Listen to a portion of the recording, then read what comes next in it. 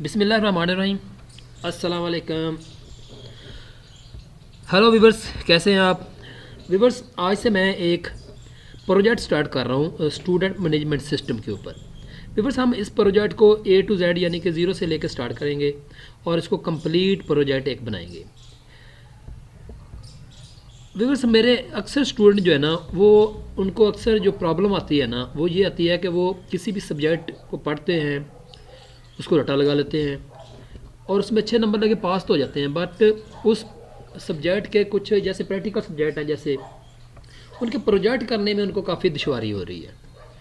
काफ़ी स्टूडेंट को प्रोजेक्ट दिए, असाइनमेंट के तौर पे दिए, लेकिन वो उस तरीके से उसको सॉल्व नहीं कर पाए जिस तरीके से मैं चाहता था कि वो मेरे स्टूडेंट जो है ना उसको अच्छी तरह सीख सकें। तो मैंने ये कमी महसूस की है कि क्यों ना उनको एक प्रोजेक्ट जो है ना कंप्लीट जो है ना वो मैं खुद करके दूं, ताकि वो इसको देख के या इससे सीख के खुद प्रोजेक्ट बनाएं। व्यूअर्स, आज से हम जो प्रोजेक्ट स्टार्ट करेंगे ना, वो है जी स्टूडेंट मैनेजमेंट सिस्टम। व्यूअर्स, मैं आपके साथ कोई 5-6 प्रोजेक्ट जो है ना वो बनाऊंगा, ताकि आपको है ना इनके बारे में काफ़ी समझ आ जाए। व्यूअर्स, ये प्रोजेक्ट हम टोटली जो है ना माइक्रोसॉफ्ट एक्सेस 2016 के ऊपर बनाएंगे। हम A to Z इसको कंप्लीट करेंगे और हमारे प्रोजेक्ट का नाम है स्टूडेंट मैनेजमेंट सिस्टम। तो व्यूअर्स, स्टार्ट करते हैं। इस प्रोजेक्ट के अंदर हम क्या क्या करेंगे। नंबर 1 देखेंगे ऑब्जेक्टिव ऑफ दिस प्रोजेक्ट। इस प्रोजेक्ट का ऑब्जेक्टिव क्या है।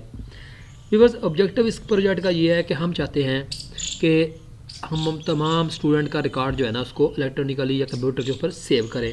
हमारे पास फैसिलिटीज़ हो कि हम अपनी रिक्वायरमेंट के मुताबिक स्टूडेंट की इन्फॉर्मेशन जो है ना उसको एक्सेस कर सकें।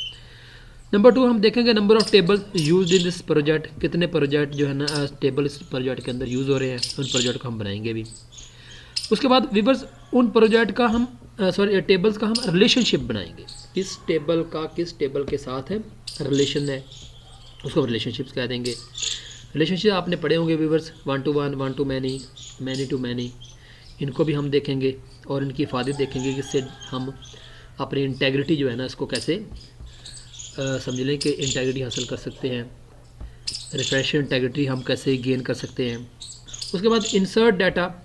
टेबल के अंदर डाटा जो है ना हम कैसे इंसर्ट करेंगे, क्योंकि जब हम रिलेशनशिप कायम करेंगे तो हर डाटा दूसरे डाटे पे डिपेंड करता होगा।